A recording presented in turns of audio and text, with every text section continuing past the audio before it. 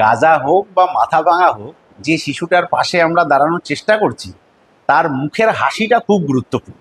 আমরা সেই মুখের হাসিটার জন্য তার পাশে দাঁড়াই, এটা এক।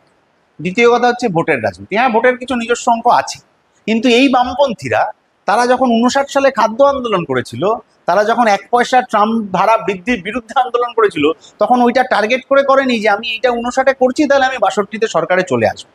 আপনি যে সুন্দর সুন্দর বাড়িগুলো রাস্তায় দেখেন বা যে রিসর্টগুলো দেখেন যেগুলো এখন ভেঙে পড়েছে, তার ভিতটা মাটির নিচে থাকে, ওটা দেখা যায়।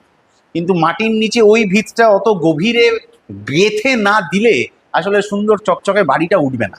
আমাদের প্রজন্ম, এই সময়ের বামপন্থা আসলে ওই ভিতটা তৈরি করারই আমরা চেষ্টা করছি, যেটা অনেকাংশে হয়েছে।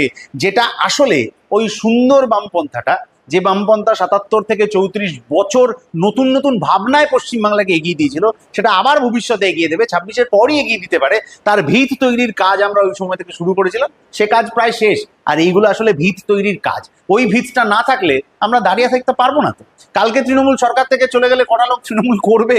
কর্পূর আগে উবে যাবে না তৃণমূল আগে উবে যাবে, কোনো হিসেব নেই। বিজেপি সরকারে আসতে পারে ভেবে ভেবে যত লোক চার্টার্ড ফ্লাইটে চড়ে বিজেপির দিল্লির অফিসে গিয়ে জয়েন করলেন, তারা আজ কোথায়? ইতিহাসের স্রোতে কোথায় উড়ে চলে গেছেন, কোনো হিসেব নেই। কিন্তু বামপন্থীরা, লাল ঝান্ডা হোক বা এসএফআই ডিওয়াইএফআই হোক, তারা কিন্তু এখনো সেই মতাদর্শের কথা বলে তারা এখনো রাস্তায় দাঁড়িয়ে রয়েছেন। গাজা হোক, মাথা ভাঙা হোক, বাংলাদেশ হোক, তারা লড়ে যাচ্ছে। যে বিজেপি বাংলাদেশের সংখ্যালঘুদের নিয়ে এত কথা বলছে, সেই বিজেপি প্যালেস্তাইনের সংখ্যালঘুদের জন্য কেন লড়তে পারছে না, সেই প্রশ্ন তো আমাদের। আর তৃণমূল ছেড়ে দিন, যেখানে কাটমানি ফাটমানি নেই সেখানে নিয়ে তৃণমূলের কোনো হিসেবের মধ্যেই ওরা রাখে না। ফলে ওদের প্যালেস্তাইনি কি আর বাংলাদেশি বা কি, ওদের ওইসব ব্যাপার নেই।